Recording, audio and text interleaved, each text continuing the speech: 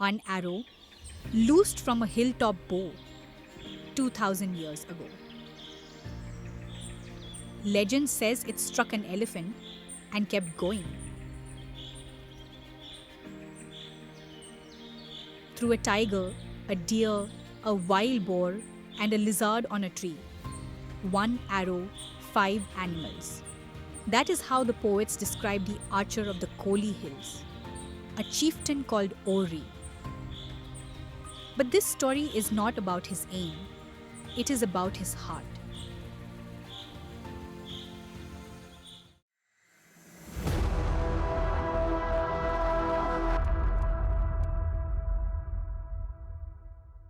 Ancient Tamil Nadu remembered seven men above all its kings.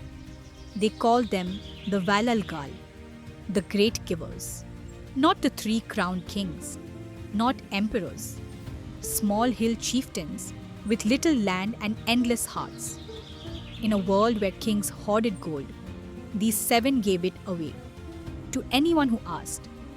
Poets walked for weeks across burning country to reach them and never once left empty handed.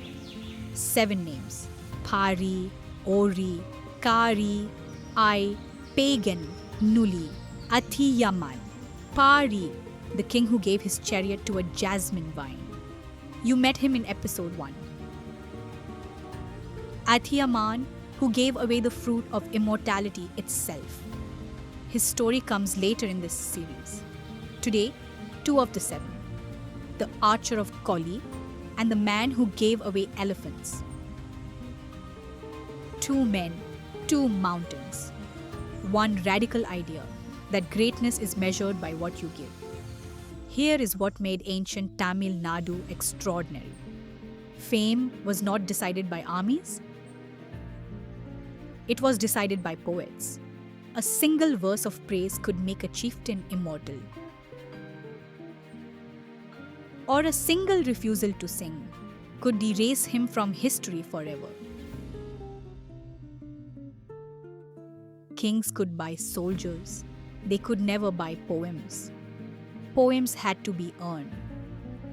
Chieftains earned more poems than the seven great givers of the Tamil land. Now climb with me into the Koli Hills, 70 peaks wrapped in cloud and legend. Their ruler was Valvil Ori. The name means Ori of the strong bow. Hunters told his story around every fire in the hills. The story of the single arrow. One draw of the great bow, one release. And the arrow passed through an elephant, then through a tiger, then a deer, then a wild boar, then a lizard on a tree. 5 animals, 1 arrow. Impossible?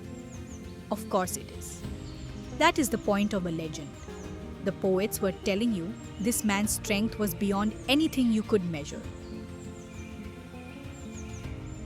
But listen to what they praised even more than his aim.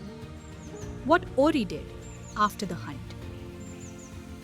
Everything the hills gave him: honey, game, grain, gold. He said before his guests. Musicians came to Koli, poor and hungry, and walked home leading elephants, wearing gold. One poet wrote in Ori's country, even the hunting dogs did not know what hunger was.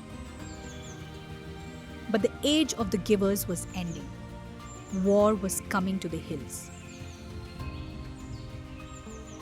Ori fell in battle, fighting another of the 7 great givers, a warrior named Kari.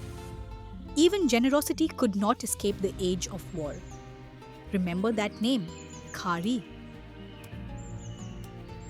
Now travel south to the Pothigai Mountains, where the sandalwood forests breathe in the mist.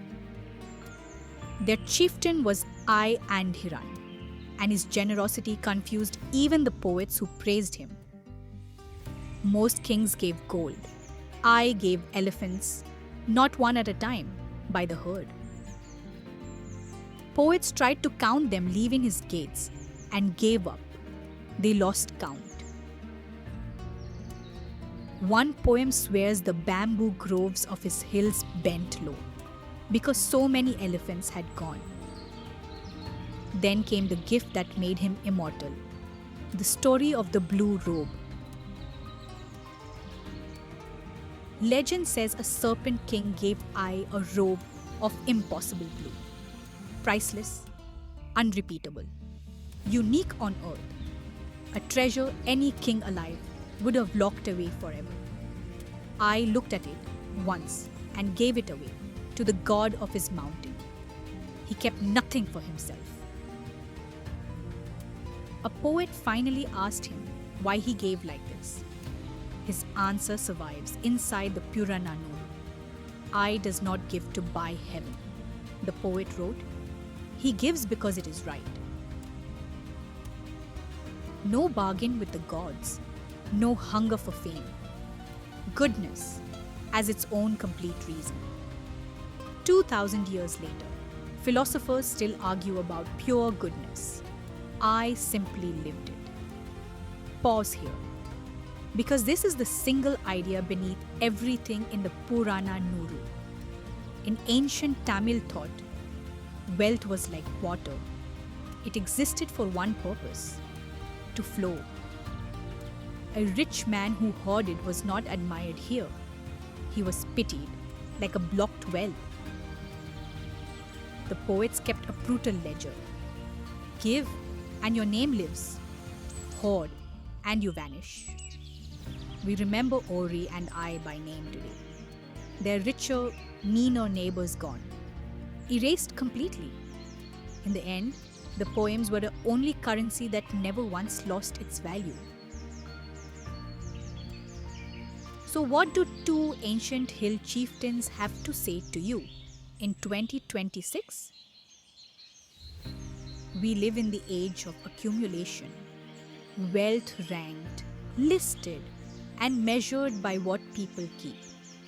The ancient Tamils ranked their great men by the opposite measure, by what they released. Think about whose names actually survived 20 centuries. Not the hoarders, only the givers. Every culture on earth eventually learns this lesson. The Tamils simply wrote it down first. Your possessions end at your funeral. Your generosity outlives even your name being spoken. Ori's famous arrow rotted away 2000 years ago. His open door is still famous. Ai's blue robe is dust. But his refusal to keep it, that is immortal. This is the strange mathematics of giving. Whatever you truly release returns to you as legacy. And no, the Purana Nuru is not asking you to give away elephants. It is asking a much quieter question. What flows out of your hands freely? Two hill chieftains answered that question so well. The answer outlived their entire civilization. Next episode, the remaining givers, and the most tender story in all of Tamil literature. A chieftain looks out into a storm and sees a peacock shivering in the cold mountain rain. And he does something no king in recorded history had ever thought to do. These stories waited 2000 years to be told.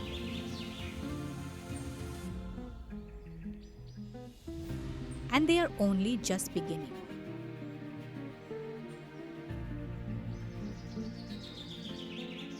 If the man who gave away a priceless robe stayed with you, you are not alone.